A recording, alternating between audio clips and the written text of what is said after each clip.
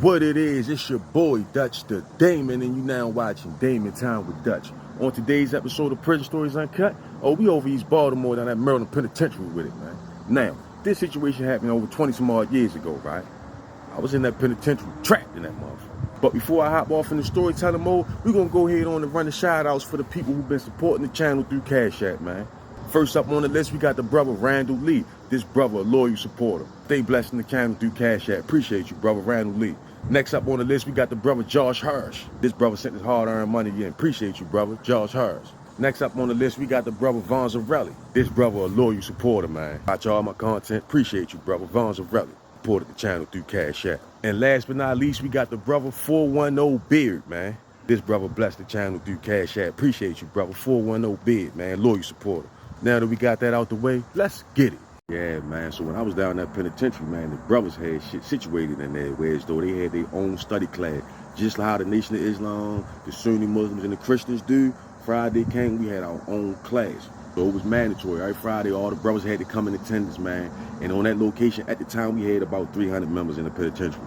He was sticking there. So I can remember, right, when you first walked in the class, you had a brother at the door. This brother's job was to count all the members in attendance, make sure everybody was there, and to fill up the seats. The brother would take you to your seat. You couldn't sit where you wanted to. You had to fill in the ranks. And it was no talking. You had to sit quietly. So once all the brothers get in there, they're accounted for and they seated, right? The brother who was in charge of education, he go ahead on and start the meeting. What he do, he go stand in front of the podium. Now, before every meeting, the good brothers have an opening that we say, and a closing.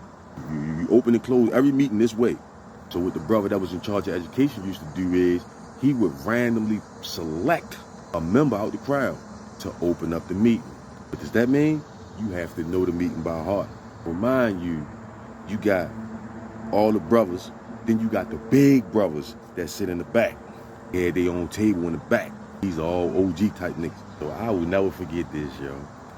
The brother that's in charge of education, he went on here and selected a member, put the brother on the spot. The brother he selected, man, was a brother named Cornbread. You know what I'm saying his name because he ain't a brother no more.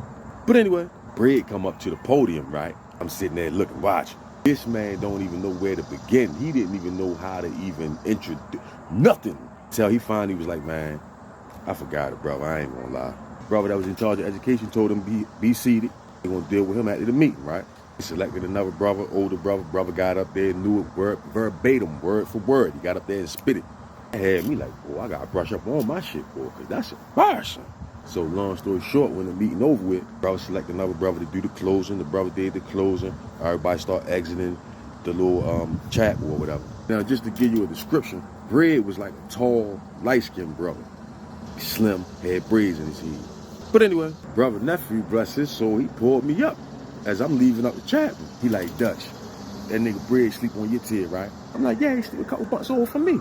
Nephew tell me like, man, listen, that Slim final drawer right there.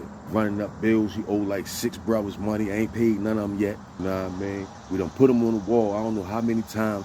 Nigga don't listen. So this was gonna happen. He embarrassed the shit out of us today. Didn't even know the opening in front of the big brothers. You know what I'm saying? That was Slim final drawer, man. So this what we gonna do. Take a lock in the sock, slap him across his head a few times, let him know to keep that shit out his mouth. He ain't that no more. Send him on his way, man. That's it for him. All I'm thinking is, orders come down, they don't go up. That's what it is. When we got back on the tier, the nigga Bread was looking blurry as a motherfucker, like he knew. Like he knew that was his final straw. I go do what I'm told. I go back, grab a sock, slide 2 locks inside that motherfucker, tie it up, slide it down in my pocket, start making my way over to his bunk. All right, it's no bullshit. This nigga knew. As soon as I walked up on his bunk, all right, yo, this nigga pulled out a motherfucking syringe. Like, yo, I'm gonna tell you straight up, I got AIDS. Touch me, you gonna have it too. So like, this nigga like, what? He holding that bitch in his hand.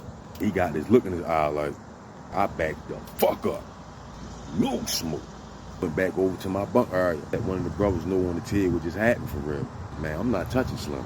While I was talking to the brother, he went on here, packed his shit, and checked in. He walked over to the door and got out of there, man. Told the police he feared for his life. The next day, I told the big brothers what happened, and they told, but they was like, Dutch, you good, man. Don't worry about it, because we wouldn't have did the shit neither, man. Fuck that. Let him go ahead on and go then. But I was already knowing this. I'm not touching that nigga. He stick me with that motherfucker. Slim did look sick when I think about it, man.